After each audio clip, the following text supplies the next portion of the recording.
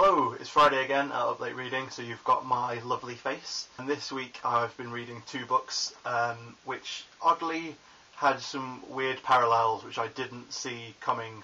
This week I've read Precious and also The Perks of Being a Wallflower. I'll start off with Perks of Being a Wallflower because I don't want to talk about it too much because Holly covered it in her Wednesday video and Kate is going to be getting into it on her Tuesday video and really looking at the themes and the events of the book. What I will say is that I did really love it, and it made me feel all of the feels within the space of a sentence. I'd start off the sentence really laughing, and then by the end of the sentence I would be absolutely brought down and my heart would sink for Charlie, the main character. It did take me a little while to get into the book. That was a definite choice that the author made to make it hard to start off with, because Charlie does go through a learning curve as he writes the book. But after those first few chapters, it really is fantastic. It's an incredible book and I really would recommend reading it. The second book that I read this week was Precious by Sapphire. This is another one where I saw the movie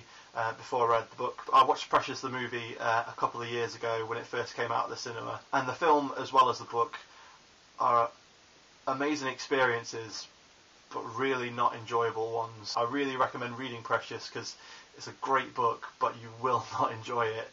For any of you who have seen the movie or indeed read the book, you'll know that it's really dark, and it really made me uncomfortable reading it a few times during the book. Basically, it centres around a girl called Precious Jones, and from a very early age she's sexually and physically abused by both of her parents. It's not an easy book to read because of that, and also it's not an easy book to read because it's written phonetically from Precious's point of view, and she's an illiterate 16-year-old living in Harlem. So because of that, there are a few times where you have to kind of decode what she's trying to tell you, and that just is even more heartbreaking because she can't actually get out how she's feeling, and she can't tell people what's happening to her because she really doesn't understand it. As I say, I really would recommend reading this book, but it is very adult, and it did make me really uncomfortable several times during the book. The way she describes her abusive father is... But yeah, it is one that I would recommend reading, but it really is for a more mature audience. And the fact that I wanted to finish reading it quickly so that I could do a review for it today probably wasn't the best thing, because I ended up reading it in 2 days, and it was a little bit too much for me a couple of times.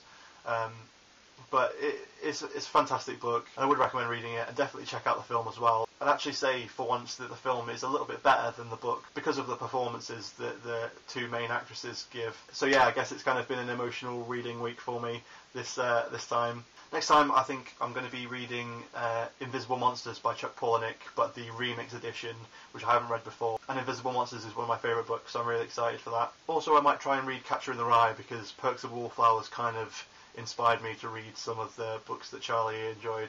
So yeah, I will see you all in 2 weeks. Don't forget to subscribe and like and favourite and all of the other things that you do.